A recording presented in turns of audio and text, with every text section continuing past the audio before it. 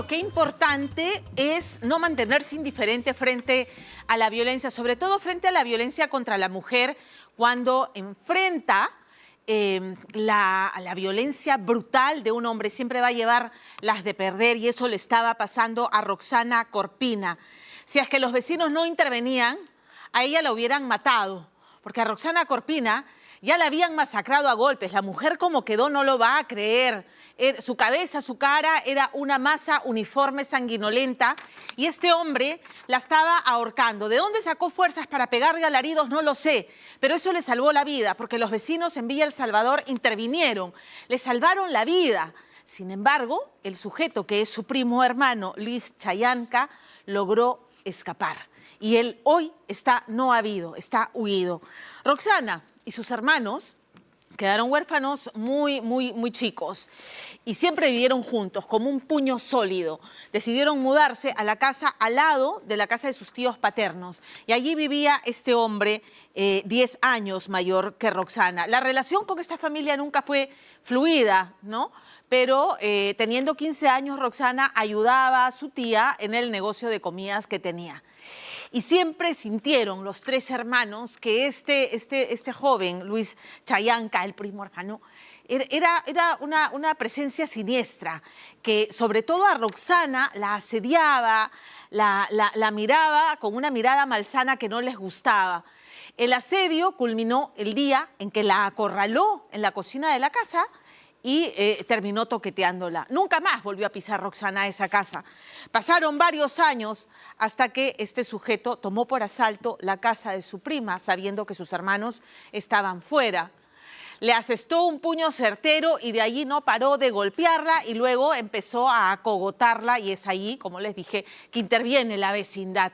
Interviene la vecindad, el sujeto logra huir, pero lo más grave es que la intervención de las autoridades no fue suficientemente eficiente. El periodo de flagrancia terminó y entonces este sujeto está libre, y a esta pobre chica ni siquiera le toman el testimonio todavía. Angélica Villegas. Toma foto acá, el colchón también está ensangrentado. ¿Tú puedes alumbrarla? ¿Puedes alumbrar, por favor? Toma cómo la estás encontrando. Un feminicidio y abuso sexual se habría consumado en las tinieblas de esta casa de Villa El Salvador si los familiares de Roxana Corpuna no hubieran llegado a tiempo para auxiliarla. Estaba totalmente desfigurada, sin poder expresarse ni caminar. Su primo había olvidado los lazos de sangre para enseñarse con ella, con el objetivo de matarla y ultrajarla. Él me empezó a agarrar a puñetes, toda la cabeza, la cara, la parte del oído, la parte de los cachetes, el ojo, todo. La mandíbula, no puedo abrir bien la boca o decir la letra A, se me hace un poco complicado. Viviendo con el enemigo, impunidad al borde de la tragedia. Ay, amor, mirándote a los ojos. Meses antes de sobrevivir a la muerte, Roxana Corpuna disfrutaba del mar, de los viajes recorriendo su amado Perú y de los momentos en familia, teniendo siempre a Jesús como pilar de su vida, sobre todo por los difíciles momentos que la menor de los tres hermanos había enfrentado cuando quedaron en la orfandad desde jóvenes, madurando muy pronto. Los tres inseparables hermanos se mudaron entonces para Villa El Salvador, a una humilde casa que estaba al lado de la vivienda de los Chayanca, sus tíos paternos. ¿Cómo era la relación de ustedes con ellos? ¿Compartían navidades, otro tipo de fiestas? Porque tengo entendido que eran vecinos, vivía uno al costado del otro. No compartíamos en momentos especiales. Creo que habrá sido una vez nomás o ¿Y dos. por qué no compartían? ¿Había algo allí que dificultaba que se la llevaran Sí, bien? es que por motivo de su hijo, por motivo de él es que nosotros nos distanciamos bastante. ¿Cómo describirías al hijo mayor de esta familia? ¿Qué era lo que hacía que ustedes mantuvieran cierta distancia con sus propios parientes? Es que siempre al momento que nos observaba, no nos observaba como una prima, como un familiar, sino nos observaba de una manera distinta. Más que todo a mi hermana, desde antes de que era jovencita, siempre la observaba, a veces estaba en el segundo piso y la estaba mirando. ¿Y tú te diste cuenta de eso? Claro, nosotros nos dimos cuenta, y no solamente con ella, sino también conmigo, o sea, siempre nos estaba observando, mirando. El hijo mayor de los Chayanca era Luis. En el barrio lo conocían como Lucho y paradójicamente, en vez de ser ejemplo de su casa, lo veían como la oveja negra. de él era de quien se cuidaban sus primas. No era una persona que se podría entablar una relación así como una comunicación normal, porque no estaba, digamos que estaba metida en muchos vicios. Se metía con personas, sus amistades eran personas no era una persona sana, ¿no? ¿Trabajaba? Por lo que yo sé es que él a veces trabajaba y a veces no, como sus padres estaban ahí, no le faltaba nada, lo mantenía.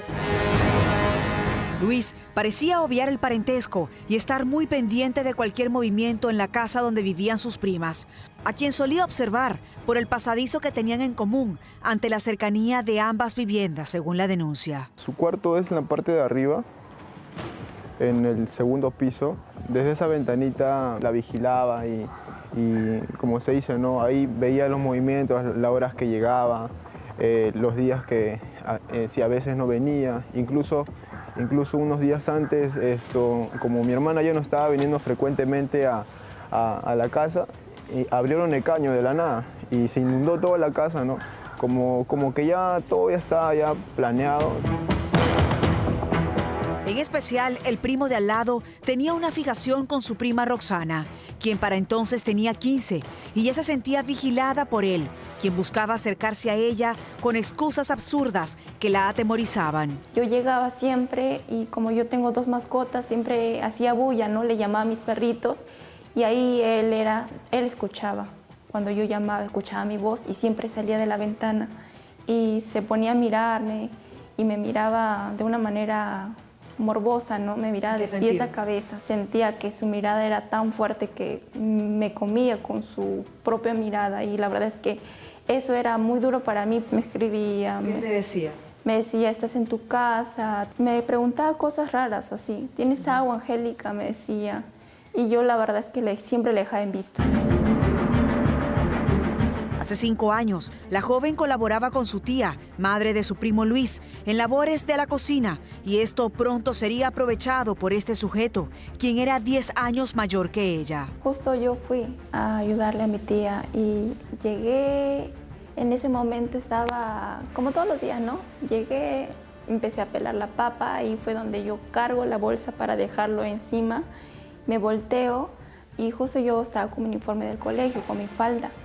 Y pues la verdad es que él llega atrás y me toca la parte de atrás y yo grité porque me asusté demasiado porque me tocó atrás y pues grité y en ese momento no estaba ni mi tía ni mi tío, no había nadie, solamente estaba su hermanito. Su hermanito habrá tenido, no sé, 7 años, 6 años y era chiquito y él estaba mirando la televisión y no estaba ahí en la cocina. ¿Y le contaste a tus hermanos lo que había ocurrido? Sí, ahí estaba mi hermana, con lágrimas en los ojos. Le dije, le había contado lo que me había hecho mi primo, ¿no? ¿Cómo reaccionaron los papás de él cuando se enteraron de que él había intentado tocarte? Me pidieron disculpas, solamente mi tía. Roxana no regresa a trabajar en la casa de su tía para evitar cualquier contacto con su primo Luis. El tiempo pasa y ella llega a los 20, mientras él tiene 30.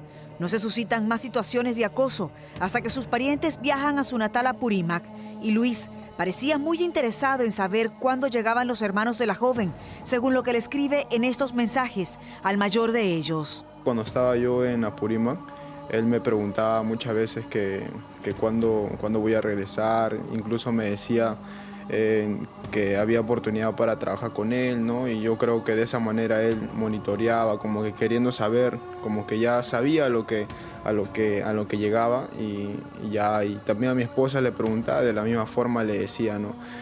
¿Cuándo van a venir? ¿Si van a regresar? ¿Por qué tanta insistencia en saber cuándo venían ustedes?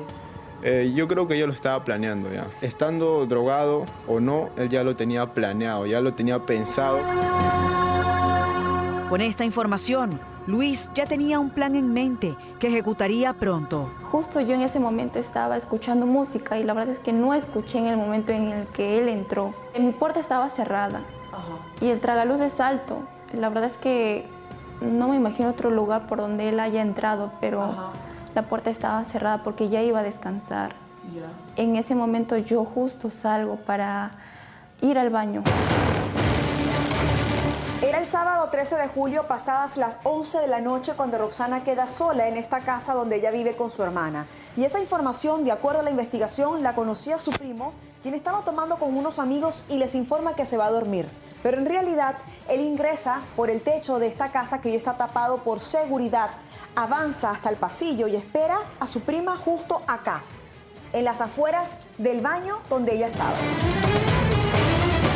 En el momento en que yo abro la puerta, ahí me cae el puñete en la cara. Él ya estaba delante de la puerta, estaba a un pie de ahí de mi puerta.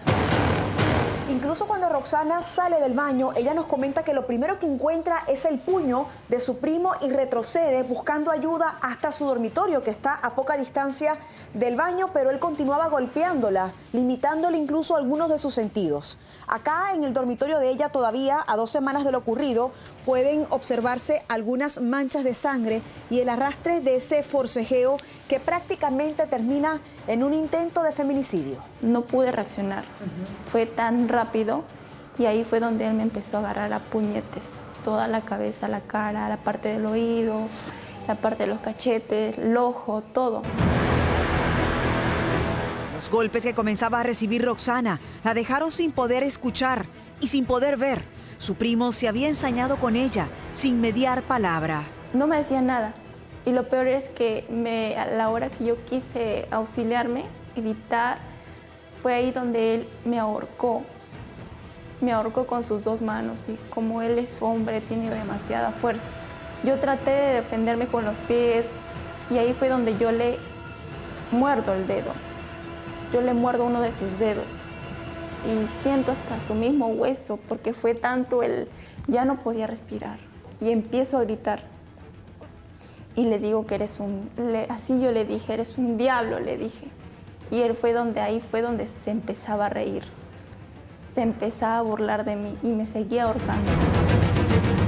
Los gritos de la joven alertan al vecindario, quienes la consiguen casi muerta en su cuarto, mientras su primo huía.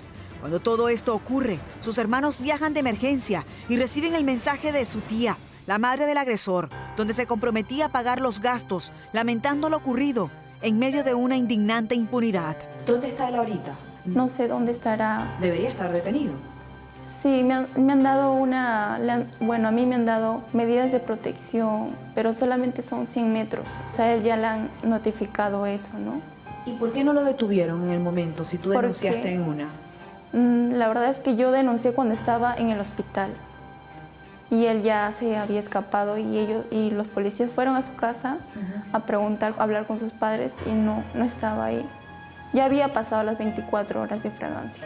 Pero estabas tú en el hospital, el solo hecho de que tú ingresaras al hospital y dijeras que había sido él no necesitaba que hicieras una denuncia formal, ya era para que lo detuvieran. Así es, señorita, pero la verdad es que no hubo esa rapidez de los oficiales, porque solamente fueron cuando yo estaba en el hospital, eso fue ya casi a las 11 de la mañana del día siguiente, y pues solamente me hicieron describir el hecho y nada más.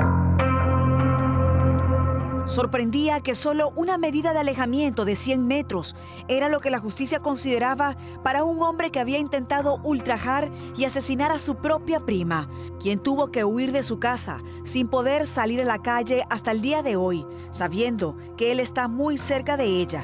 Lo único que no suelta es el papel que contiene el número de carpeta fiscal, esperando a que la citen después de 2 semanas de los hechos. ¿Tiene una orden de captura? Todavía. ¿Por qué? Porque todavía no llega mi caso a la fiscalía. ¿Y entonces? ¿Dónde está la justicia? La fiscalía tiene varios casos. ¿Sí? Sobrecarga. Sí. La llamada sobrecarga. Y me dijeron que me iban a llamar, pero la verdad es que no me avisan, no me llaman, no hay ninguna información, no hay nada. Y lo único que estamos esperando es que nos llamen de una vez para yo poder declarar y que el fiscal dé una orden. Un 13 de julio, Roxana habría sido asesinada si los vecinos no la socorrían a tiempo. Hoy, el paradero de su primo es un misterio, pero en el vecindario rumoran que está más cerca de lo que creen, aunque sus líneas están desactivadas y no está en casa. Roxana es parte de los 89 intentos de feminicidio que registra el Perú en lo que va del año, con un incremento de más del 100% para los crímenes de mujeres en comparación al año pasado. Esta es una agenda pendiente que debería tener toda la prioridad. ¿O es que acaso se espera que una mujer muera para que finalmente su caso llegue a tocar las puertas de lo que se denomina justicia?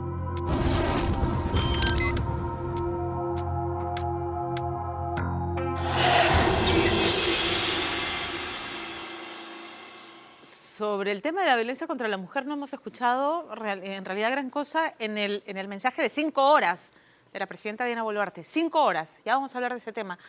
Ha anunciado que se fusionará el Ministerio de la Mujer con el Ministerio de Inclusión Social.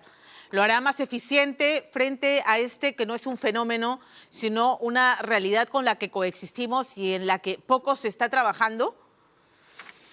La tristeza. Muy bien, vamos a cambiar de tema.